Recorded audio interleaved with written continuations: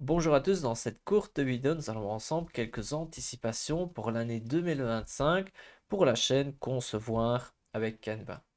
Donc si on regarde rapidement en 2024, c'était une année intéressante avec plus de 10 000 abonnés en plus et on peut voir que l'augmentation des abonnés, là ça commence en janvier jusqu'à la fin, a été relativement régulière avec plus ou moins 30 abonnés par jour, même ça dépendait d'un moment à un autre. On peut voir aussi que le nombre de vues où le nombre de durées de visionnage était relativement constant, mais il y a toujours eu un petit peu des évolutions.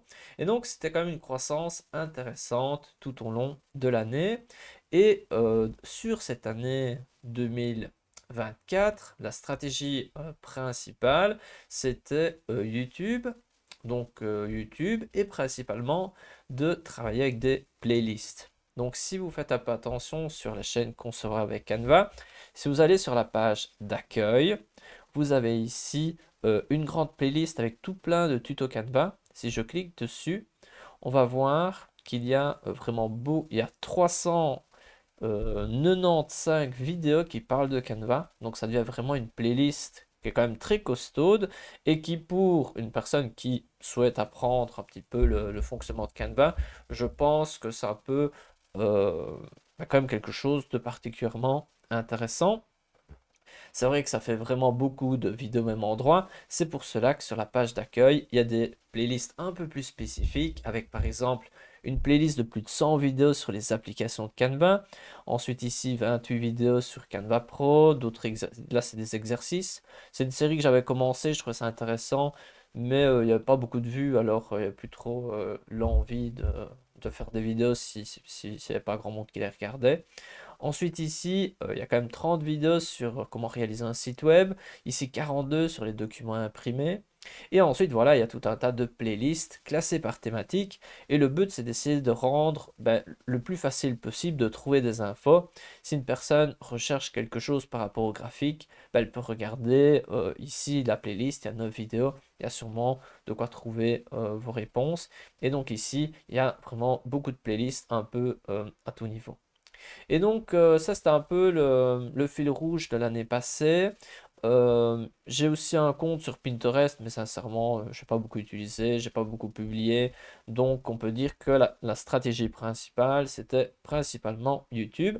Et c'est déjà pas mal en soi, car parfois, on veut faire beaucoup de choses, mais c'est pire que se concentrer sur une seule chose. Et donc, pour l'année prochaine, ben, qu'est-ce qui nous attend? Ben, il y a quand même peut-être des petites surprises.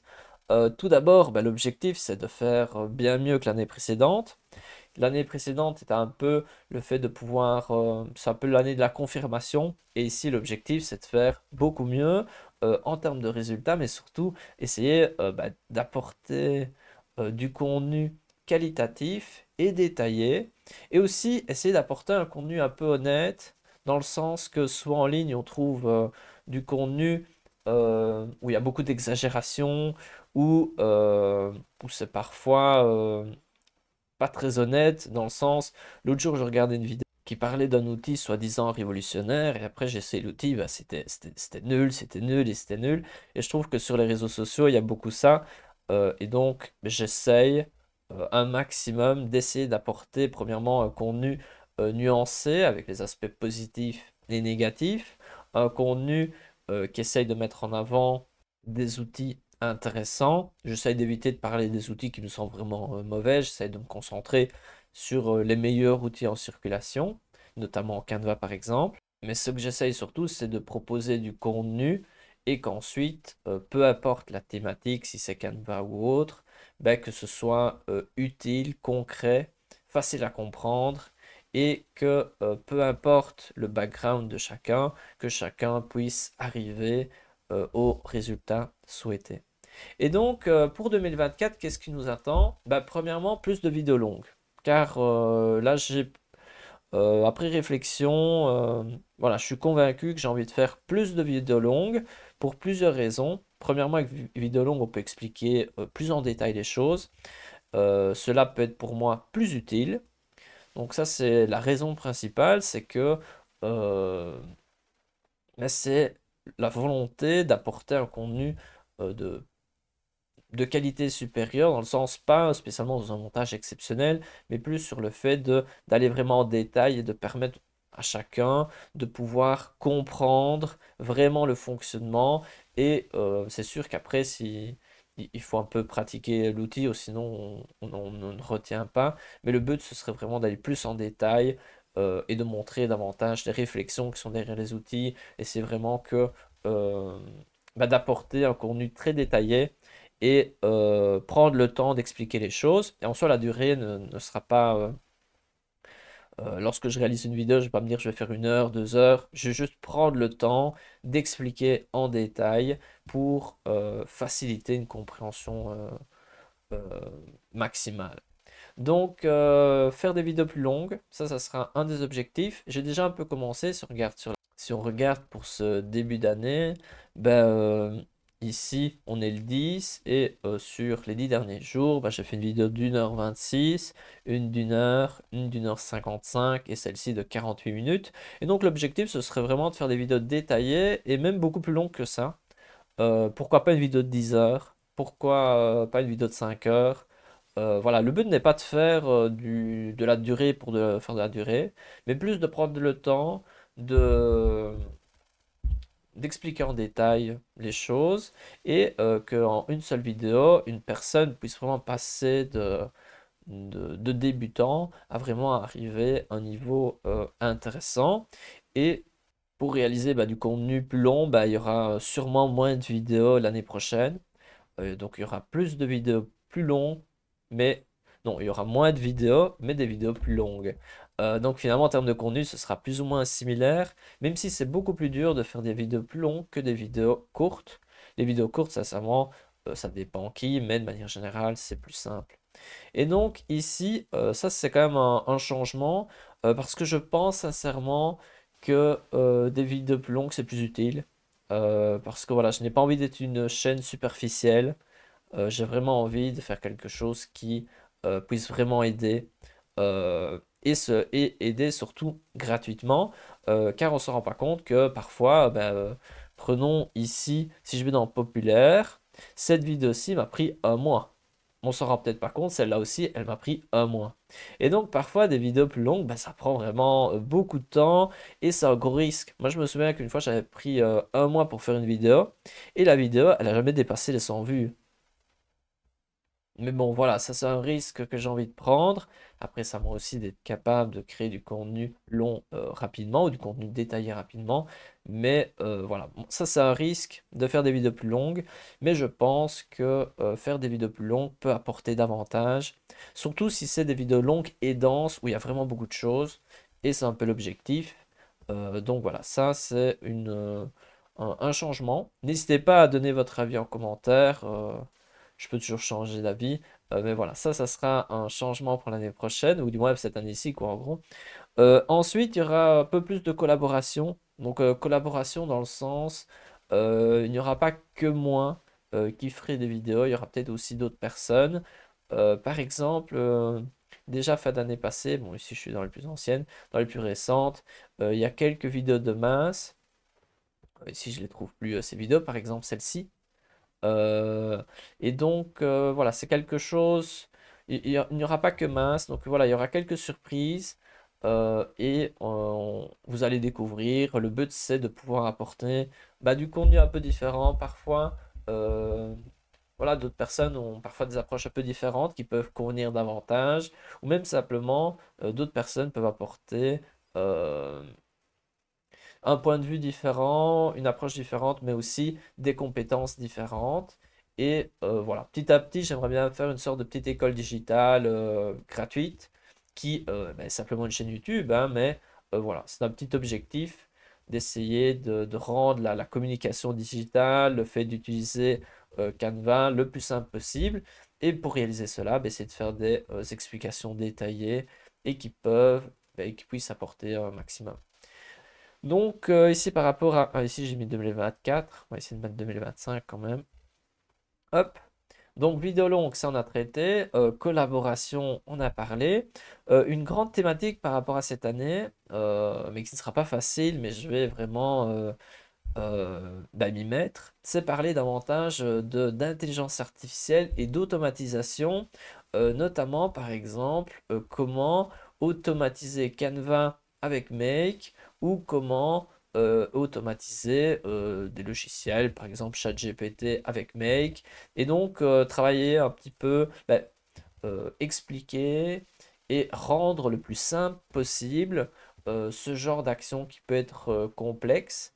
Et donc voilà, ça c'est un grand objectif de pouvoir expliquer davantage de comment intégrer Canva avec d'autres applications grâce à Make et aussi comment créer du contenu automatisé avec Canva et Make et aussi comment générer du contenu avec des intelligences artificielles et Make. Donc voilà, ça sera un gros chantier pour l'année prochaine. Et c'est pour ça aussi que faire du contenu long, ben, il faudra bien ça, parce que si je veux faire du contenu vraiment détaillé, car moi j'ai parfois une frustration en ligne, c'est que je regarde une vidéo, elle explique, c'est très bien et tout, et puis j'essaye, mais ça ne va pas. Et donc ici, euh, j'ai envie de faire de mon mieux pour que ce genre de situation n'arrive pas. Après voilà, on fait toujours de son maximum et on fait ce qu'on peut, quoi. Nouveauté, il y aura sûrement, c'est presque sûr à 100%, mais d'ailleurs la chaîne c'est déjà un petit peu entamé. Il va y avoir a priori un compte sur Spotify avec un podcast Concevoir avec Canva. Le contenu sera également sur YouTube. Donc ce sera un podcast tant sur YouTube que sur Spotify et peut-être aussi sur d'autres plateformes. Et donc, voilà, ça sera une nouveauté. Pourquoi les podcasts? Bah, petit à petit, je me dis quand même que les podcasts, c'est quand même sympathique, c'est intéressant. Et donc, voilà, c'est quelque chose qui sera développé cette année. Voilà, en tout cas, on verra ce que ça va donner et voir un petit peu aussi vos retours et tout ça. Mais voilà, ça c'est quelque chose. Moi personnellement, j'aime encore bien écouter des podcasts et donc comme pour YouTube, j'aime encore bien regarder du contenu, ben, j'aime encore bien écouter Spotify, il y a quelques podcasts sympas et j'ai envie de pouvoir aussi contribuer de cette manière-là car je trouve que c'est un moyen de communication intéressant et qui peut être complémentaire avec YouTube. Ensuite, troisième chantier important, c'est j'ai envie de développer davantage l'aspect newsletter. Donc là, actuellement, c'est plutôt en réflexion de quel contenu et tout ça. Et je n'ai pas envie d'envoyer des mails pour envoyer des mails. J'ai vraiment envie de faire tout un travail de recherche et que ce travail de recherche, je le partage à une fréquence à définir. Et j'ai vraiment envie de proposer vraiment un contenu très intéressant, euh, du moins très intéressant dans le point de vue que moi j'ai envie de faire des recherches intéressantes et les partager. Et donc comme ça, bah, d'un côté, si moi, ça va me pousser à faire des recherches, par exemple, quels sont les nouveaux outils qui naissent ou quels sont les fruits des recherches des scientifiques qui peuvent être intéressantes. J'ai vraiment envie de faire quelque chose de poussé, mais voilà, ça c'est un chantier pour cette année-ci. Et donc finalement, la newsletter, c'est quelque chose que j'ai envie de développer cette année-ci.